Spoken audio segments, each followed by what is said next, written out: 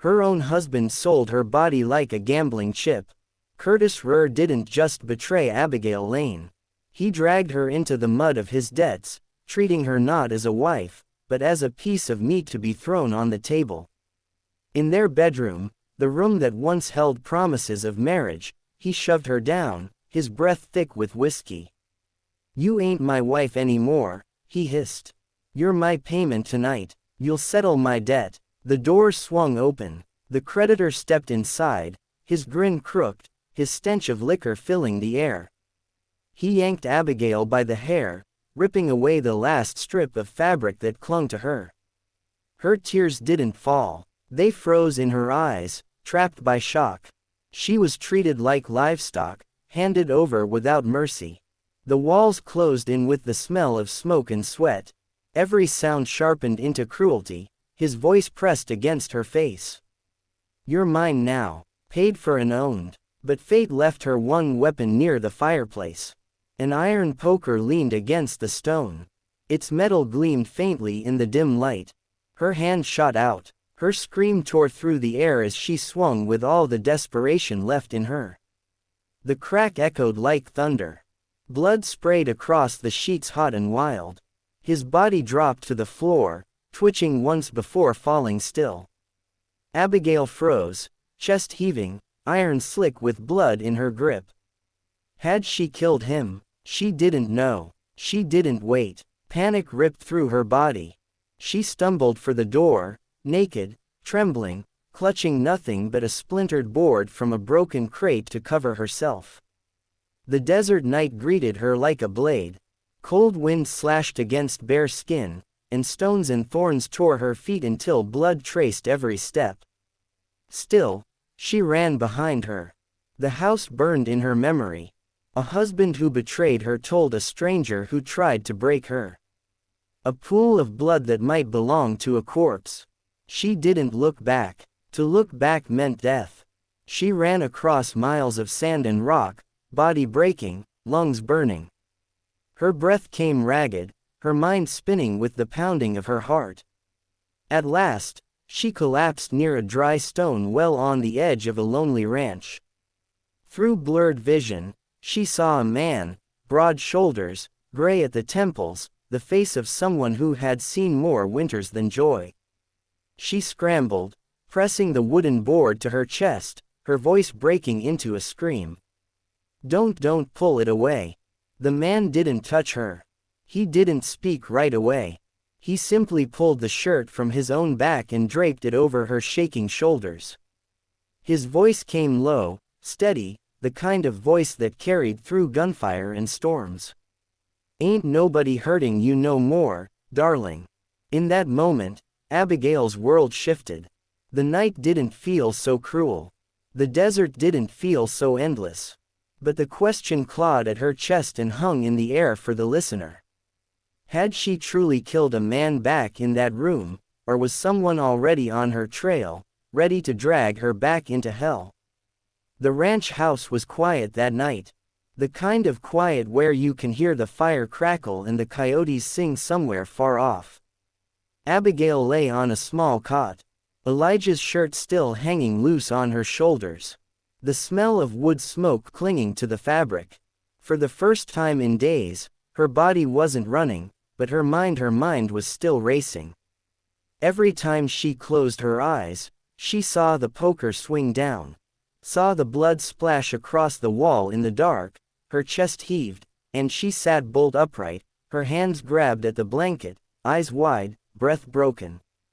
"I killed him. I killed him. God forgive me it." The cry shattered the silence of the old house. The tin cup by her bed rattled and spilled, water soaking into the floorboards. Elijah stepped in from the other room. He didn't rush. He didn't scold. He just stood there for a moment, the firelight drawing hard lines on his weathered face. Abigail's words tumbled out like stones rolling down a hill. "I didn't mean to. I just wanted him off me. There was blood everywhere. Too much blood. I can't remember if he moved.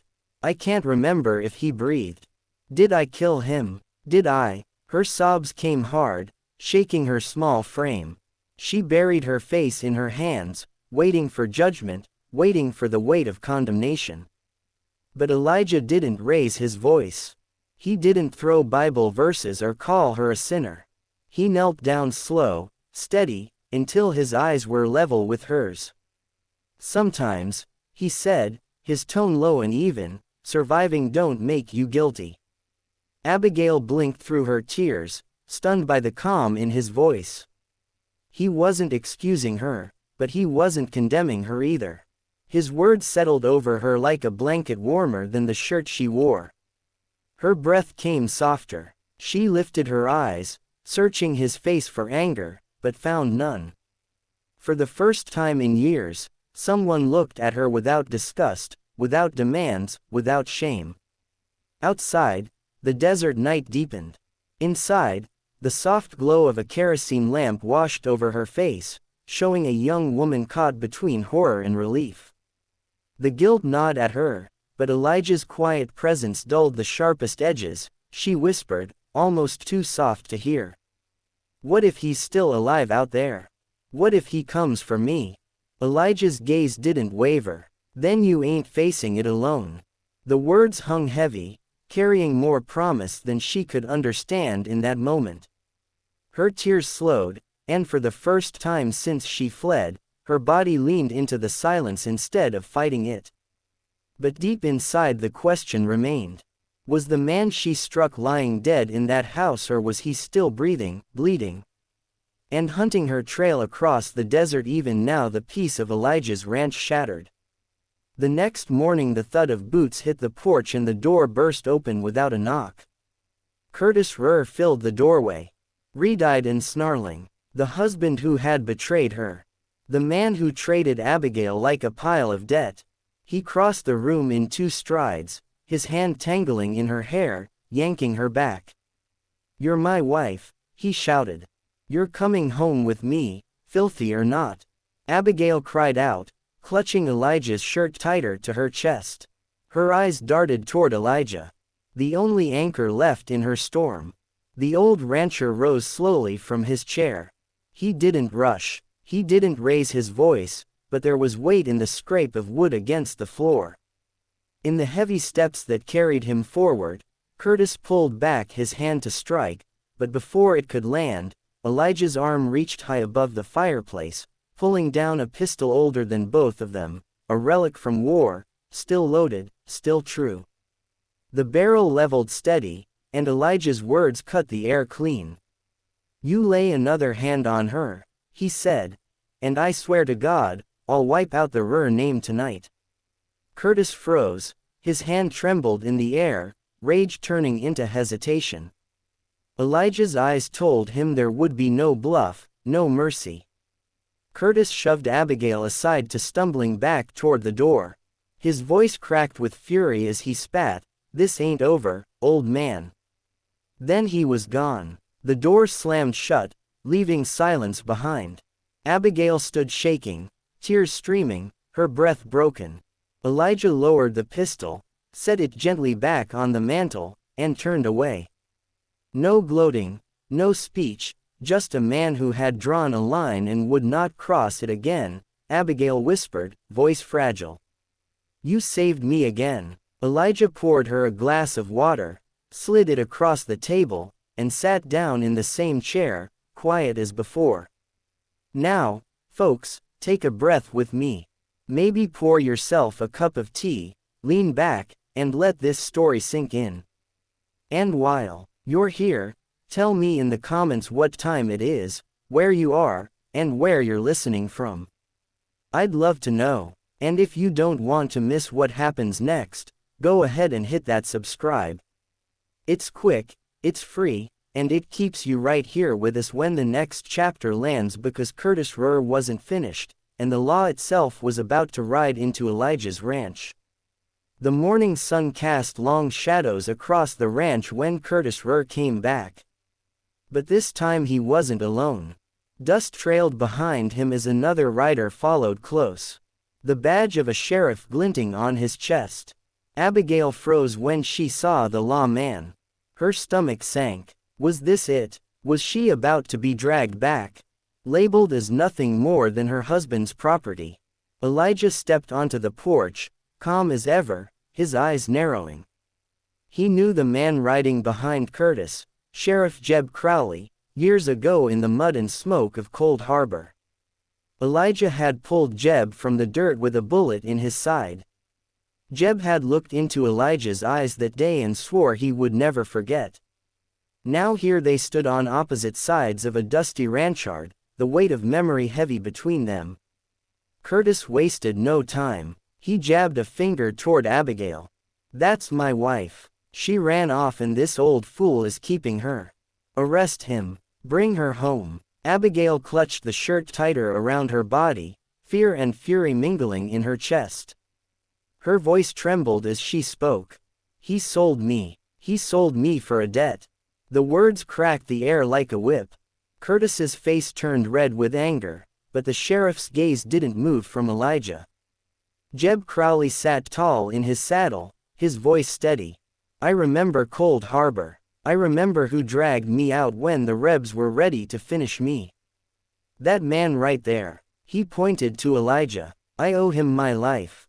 And I ain't about to forget it for a drunk who trades his wife for cards." Curtis sputtered, tried to argue, but Jeb's hand rested on the butt of his revolver.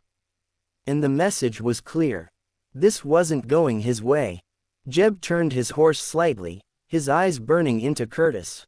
"A man who sells his wife don't own her anymore. Touch her again and I'll bury you myself." Silence followed, broken only by the sound of Curtis's boot shifting in the dirt.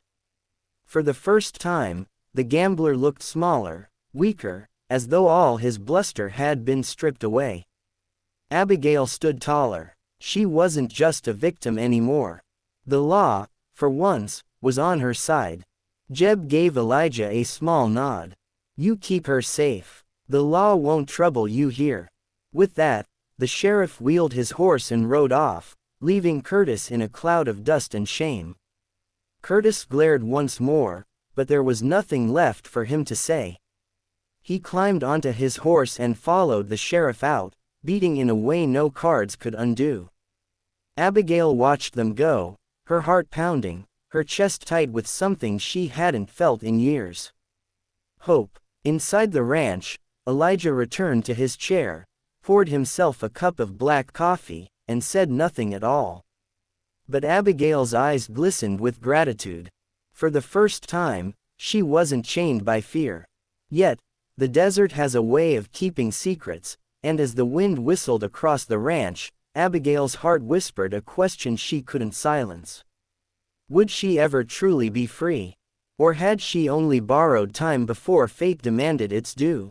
The days that followed moved slower than the desert sun. Abigail stayed at Elijah's ranch, her bare feet finding the worn boards of the porch. Her hands learning the rhythm of chores she'd never done before. Feeding chickens, carrying buckets of water, stacking firewood.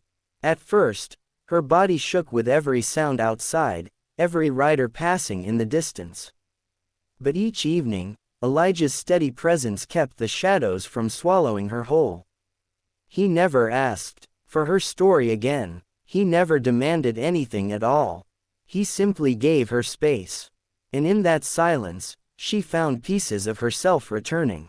Some nights, she laughed softly, the sound surprising even her own ears.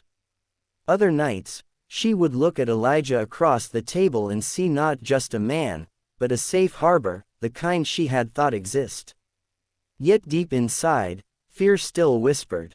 Curtis's threats, the memory of blood on the floor, the thought of eyes watching her from the darkness, she could not let Elijah carry that danger. One night, with the desert wind scratching at the windows, she sat by candlelight and wrote a few lines on a torn piece of paper. Her hand trembled, but her words were steady. "You saved me, Elijah, but if I stay, he might come for you, too. I'll return when I'm no longer a danger to you." She folded the note, placed it on the table, and laid his old shirt neatly beside it. Then she stepped out into the night, her figure swallowed once more by the desert horizon. When Elijah found the note the next morning, he didn't chase after her. He sat down in silence, the shirt across his lap, the candle burned low. His weathered hands gripped the fabric as if holding on to more than cloth, and with a voice no louder than the wind, he said, "She came to me with nothing and somehow left me with everything." Her absence filled the house more than her presence ever could. But in that emptiness was a reminder that even broken lives can spark light in another soul. Now, friend, let me pause the story here. What do you take from it? Do you believe survival makes someone guilty, or does it make them stronger? If you saw a woman like Abigail running barefoot through the desert, would you stop your horse, too? Stories like this remind us that kindness can change the course of a life. That even a stranger can stand between despair and hope. And sometimes the most powerful love is the kind that never speaks its name. If this story touched you, give it a like so more folks can hear it. And if you want more tales from the wild frontier where grit meets grace, go ahead and subscribe. That way you will be here with us when the next story rides in. Now tell me in the comments, where are you listening from and what time is it where you are right now? I would love to know, because stories are never just about the past. They live on in the people who hear them. Maybe today that person is